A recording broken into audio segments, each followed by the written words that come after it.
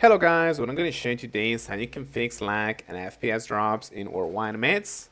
Of course, I'm on the PC version and I'm going to show you how you can have basically the same best performance or a good performance if you're having issues.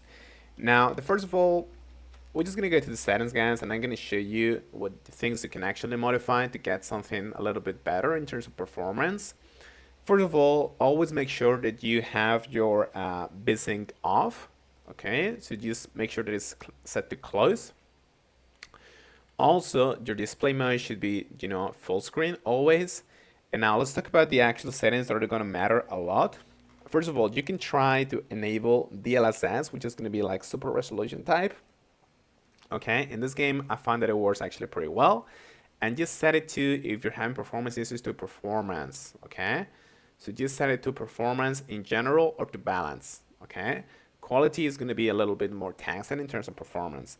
Now, the visual details per se, what you're going to have to do, you're going to have to focus on different ones, such as the render scale, the textures, and the shadows. Okay, so for example, if I go to, the shadows in here, the visual details, what I'm going to try to do is I'm just going to try to focus on the view distance, and I'm going to try to set it to low because this is going to be very, very problematic.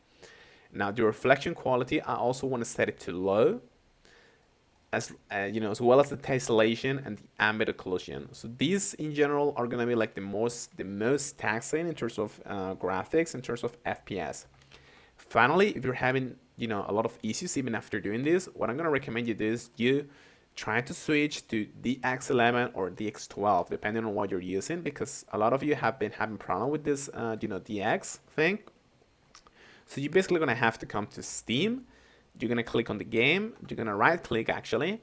You're going to go to properties, general, and in the launch options, you're just going to select the X11 or the X12 depending on which one you want to try.